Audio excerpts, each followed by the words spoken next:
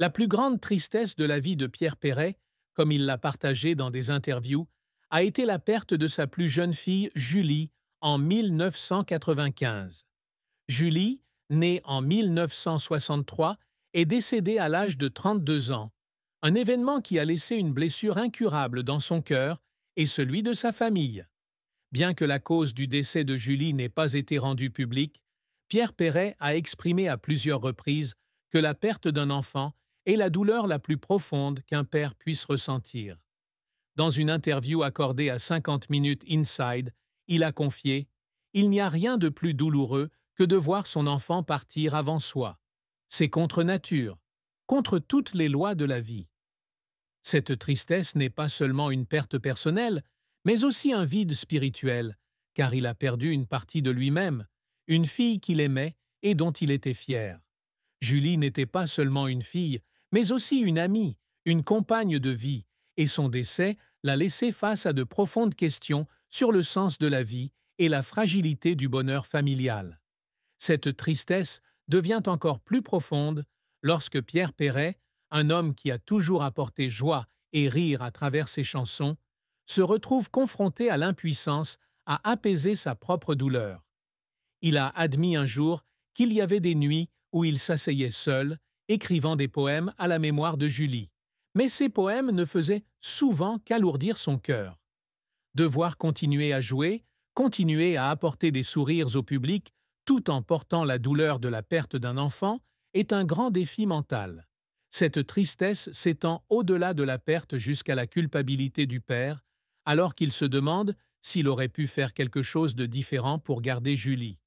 Bien que toujours optimiste et fort en public, Pierre Perret a versé des larmes à de nombreuses reprises dans des moments privés, notamment en parlant de Julie. Cette tristesse ne l'a jamais vraiment quitté, mais est devenue une partie de qui il était, influençant la façon dont il composait et voyait la vie dans les années qui ont suivi. De plus, un autre aspect de sa plus grande tristesse dans la vie était le sentiment d'être incompris ou de ne pas être pleinement reconnu pour ses divers talents. Bien qu'il soit un artiste célèbre, Pierre Perret est souvent associé à des chansons joyeuses et humoristiques comme le Zizi ou les jolies colonies de vacances, tandis que des œuvres profondes, humaines et anti-injustice, comme Lily, ne reçoivent pas toujours l'attention qu'elles méritent.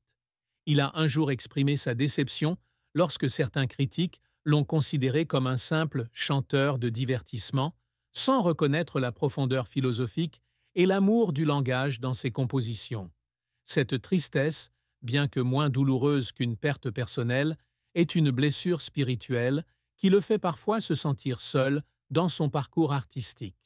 La carrière de Pierre Perret est un tableau riche et coloré, avec des sommets brillants et des vallées profondes d'échecs et de difficultés.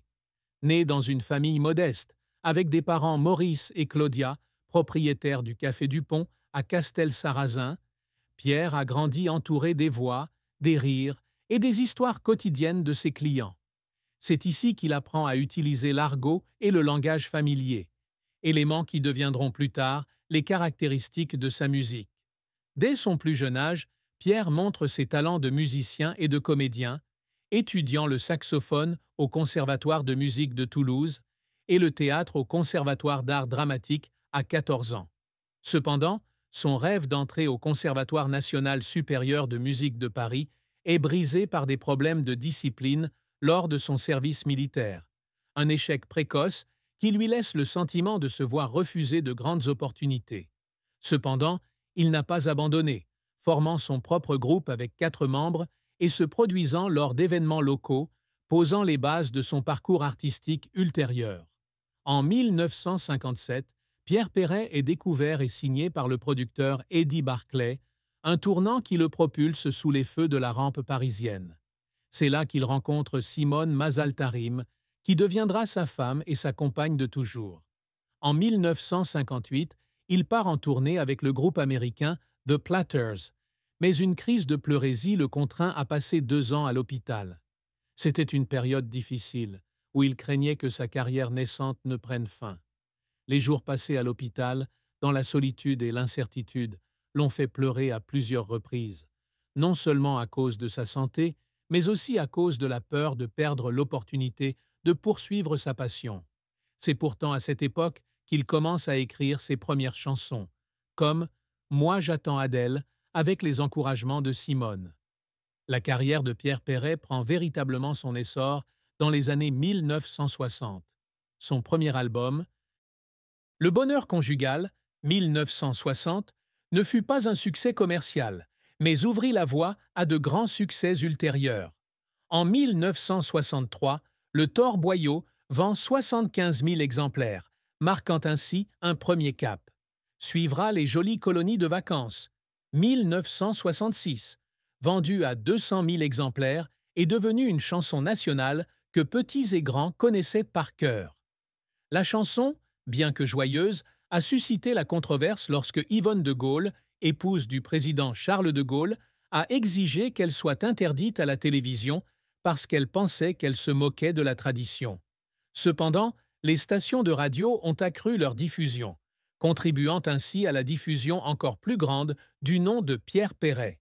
En 1975, le Zizi devient l'album le plus marquant de sa carrière, avec plus de 600 000 exemplaires vendus, un chiffre impressionnant à l'époque.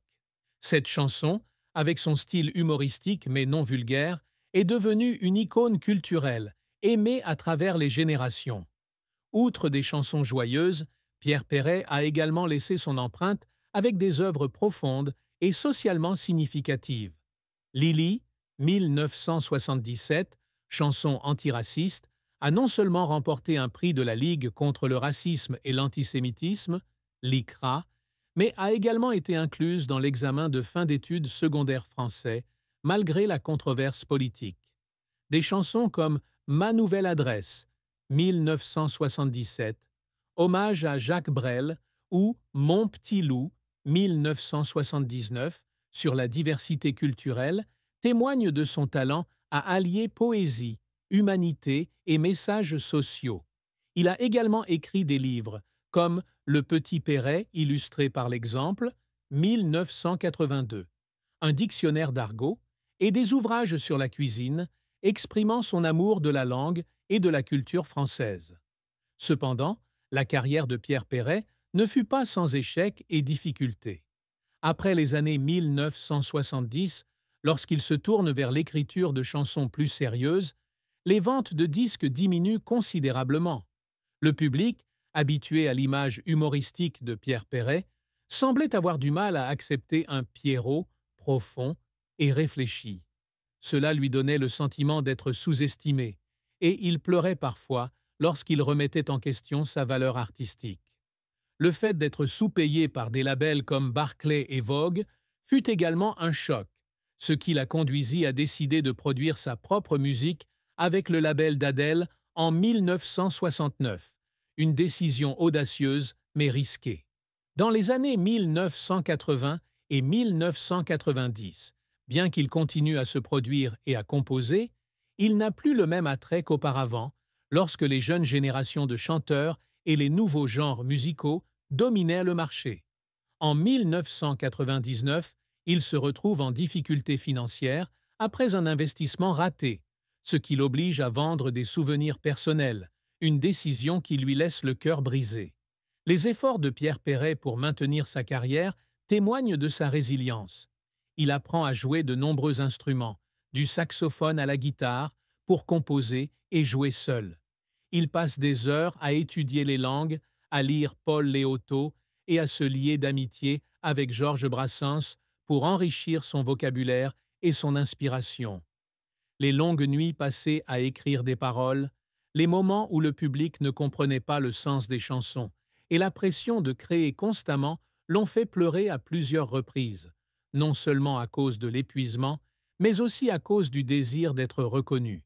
Mais sa persévérance paie, puisqu'il revient en force avec des albums comme Ma vieille carcasse, 12-23, et des prestations à l'Olympia, où il attire encore des milliers de spectateurs à 90 ans. La fin de vie de Pierre Perret fut triste avec la détérioration de sa santé et l'interruption de ses activités artistiques en raison de la pandémie de Covid-19. En 2020, Pierre Perret se lance dans la tournée Mes adieux provisoires avec l'intention d'en faire sa dernière représentation avant de prendre sa retraite. Cependant, la pandémie l'a forcé à annuler de nombreux spectacles, ce qu'il regrette profondément. À 86 ans à l'époque, il se rend compte que ses opportunités de rencontrer le public, de partager ses chansons et ses histoires, se réduisent peu à peu. Dans un message publié sur sa page personnelle en 2020, il écrivait « Cher Loulou, vous me manquez. Le silence règne sur scène, et j'ai le cœur lourd de ne pouvoir chanter pour vous. » Cette interruption n'était pas seulement un échec professionnel, mais aussi une tristesse personnelle, car il se sentait séparé de ce qui avait défini sa vie, la musique et le public. Cette triste fin est devenue encore plus évidente lorsqu'il a dû faire face à des problèmes de santé liés à l'âge. Malgré un esprit optimiste et une forme incroyable à 90 ans, Pierre Perret a un jour confié qu'il devait faire face à des douleurs articulaires et à de la fatigue, ce qui rendait ses performances plus difficiles. Dans une interview accordée à France Info en 2023, il déclarait « Je n'ai pas peur de